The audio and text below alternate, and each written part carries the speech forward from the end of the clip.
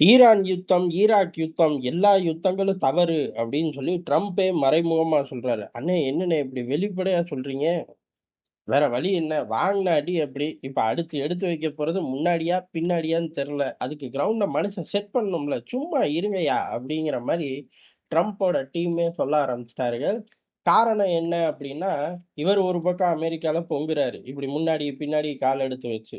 இன்னொரு பக்கம் கூட்டாளி இஸ்ரேல் என்ன பண்ணுது? "ஏய் இந்த பையன் சரண்டர் ஆயிட்டான்யா ஈரான் கிட்ட" அப்படின்னு போட்டு விட்டாய்ங்க. இஸ்ரேல்ல சேர்ந்த ஏஜென்சி எல்லாம் இப்ப வரி வரியா எழுதுறது என்ன அப்படின்னா, ஈரான்ல இருந்து நிறைய கப்பல்கள் போகுது. அது எதுவுமே டிரான்ஸ்பாண்டர் ஆஃப் பண்ணி வச்சுட்டு, சைலன்ட்டா அப்படியே அமெரிக்காவ பைபாஸ் பண்ணி, அமெரிக்க கப்பல்கள பைபாஸ் பண்ணிலாம் போறதில்ல.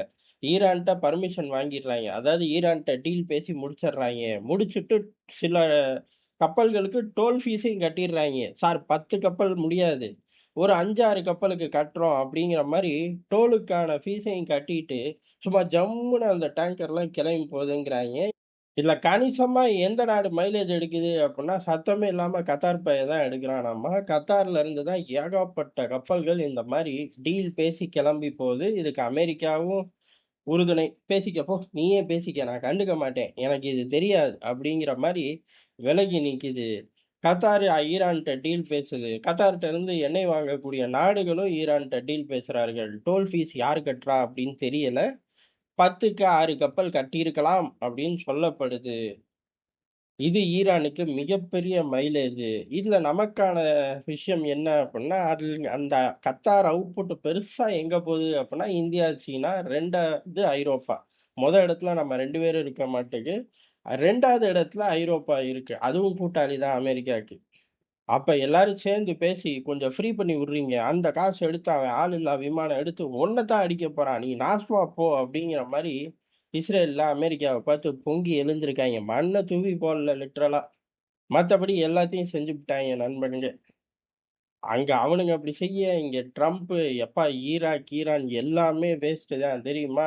அப்படின்னு சொல்றாரு. அதே சமயம் ட்ரம்ப பொறுத்தவரையும் எப்படி, நொடிக்கு நொடி மாத்துற மாரி, ஸ்டேட்மெண்ட்டுக்கு ஸ்டேட்மெண்ட் மாத்துற மாரி, வரிக்கு வரியும் தலைவனால மாத்த முடியும்னு அப்பப்ப சம்பவம் பண்ணி காட்டியிருக்காரு.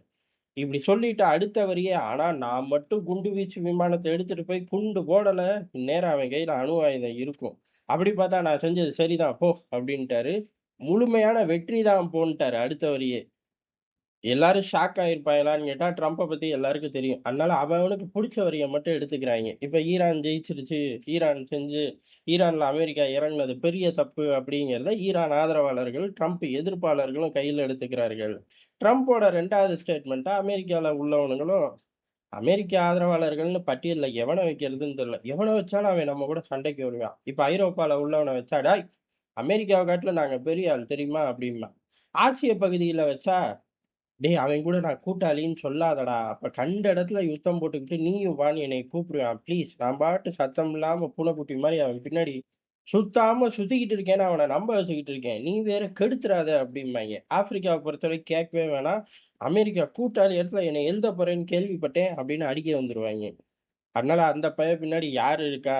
சந்தர்ப்பம், சூழ்நிலை முடிவு பண்ண அவனும் அதே மாரி தான். என் பின்னாடி நேட்டோ இருக்கும்பான். நேட்டோல 80% என் படம் தான் இருக்கும்பான். ஆனா அத ப்ராக்ஸின்னு சொல்ல மாட்டான். உலகத்தோட மிக வலிமையான ராணுவம், உலகத்தோட பாதி நாடு அதுக்குள்ள இருக்கு அப்படிம்பாய்ங்க. ஈரான் எவனையாச்சும் பாதுகாப்புக்கு உருவாக்கி வச்சா அவன் ப்ராக்ஸியா மாறிருவான். விசித்திரமான ஃபார்முலா. ஆனா அண்ணன் அமெரிக்கா சொல்றது தான் வேத வாக்கு. நமக்கு பிடிக்குதோ, பிடிக்கலையோ எதார்த்தமான உண்மைய ஒத்துக்கணும். அப்பதான் சைடுல பெரிய பெரிய உண்மைய சத்தம் இல்லாம போட்டு உடைக்க முடியும். இல்ல ஒண்ணுமே பண்ண முடியாம போயிரும். சரி, இம்புட்டு ஷாக்குக்கு காரணம் என்ன அப்படின்னா, இப்ப ஈரான்ல பெரிய யுத்தம் வெடிக்கப் போகுது அப்படிங்கிற டைரக்ஷனையும் காட்டுறார்கள். இல்லைங்கிற டைரக்ஷனையும் காட்டுறார்கள். காரணம் என்ன அப்படின்னா, அவர்களோட சுப்ரீம் லீடருக்கு ஒரு பெரிய அளவு இறுதி மரியாதைய செலுத்துறக்கு ஈரான் தயாராகுது அப்படிங்கிற தகவலும் இருக்கு. அப்ப என்ன, ஓரளவு தாக்க மாட்டாய்ங்க அமெரிக்கா அப்படின்னு ஒரு கிளியரான மேப் கிடைச்சா மட்டும் தான் பண்ண முடியும். இல்ல யுத்தமே முடிஞ்சா மட்டும் தான் பண்ண முடியும். அதுக்கு தான் அவர்கள் வெயிட் பண்ணிக்கிட்டு இருக்கார்கள். ஏன்னா பெரிய அளவுல இறுதி மரியாதை சுப்ரீம் லீடர் அப்படிங்கிறனால. அப்ப அத நோக்கி போகுது அப்படின்னா யுத்தம் இல்லன்னு எடுத்துக்கலாம். இவனுங்கள அழிக்கவே முடியல. பேசாம சுப்ரீம் லீடர் இறுதி ஊர்வலத்த நடத்துறதுக்கு விட்டோம்னா பிஸியா அதிலயே இருப்பாய்ங்க. எல்லா தலைவர்களும் வெளியில வருவாய்ங்க. அப்ப அலி லாரிஜானிலாம் வெளில வந்து உள்ள போம்போது தான் மனுஷன் சிக்கிக்கிட்டாரு. அந்த மாரி முஸ்தபாக்கு கட்டம் கட்டவும் வாய்ப்புகள் இருக்கு. அதனால இங்க அமெரிக்காவையும் நம்ப முடியாது, ஈரானையும் நம்ப முடியாது.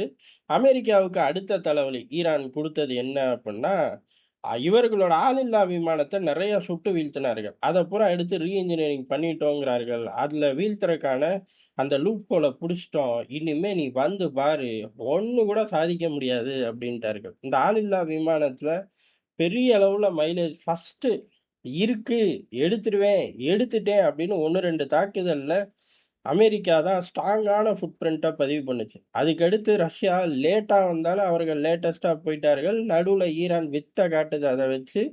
இதுக்கு நடுவுல ஒரு பைராக்டர வச்சு துருக்கி ஏகப்பட்ட மைலேஜ சாப்ட்டுருக்காய்ங்க. அதுவும் உண்மதான். இவ்வளவுதான் இதுல பெரிய அளவு பிளேயர்கள், நிரூபிச்ச பிளேயர்கள்னு எடுத்துக்கலாம். நிரூபிக்காம நெறைய பிளேயர்கள் இருக்கார்கள்.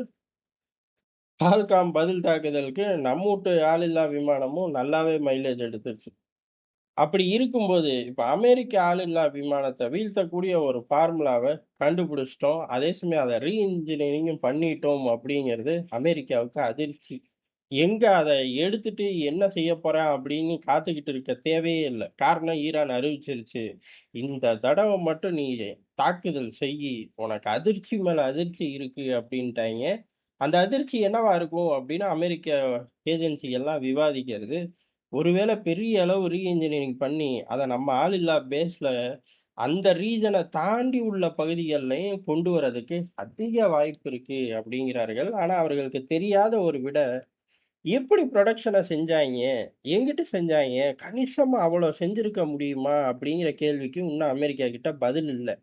ஆனா நம்மளோட அத புடிச்சுப்புட்டாய்ங்க, ரீஎன்ஜினியரிங் பண்ணியிருக்க வாய்ப்பு இருக்கு அப்படிங்கிறத ரொம்ப ஆழமாவே நம்புறார்கள். இம்புட்டு தலைவலியையும் கொண்டு போயி ட்ரம்போட தலையில கொட்ட, மனுஷன் வரியில, முடியலடா" அப்படின்ட்டாரு. 2வது வரியில, "நான் அவனுங்கள முடிச்சுட்டேன்டா" அப்படின்ட்டாரு.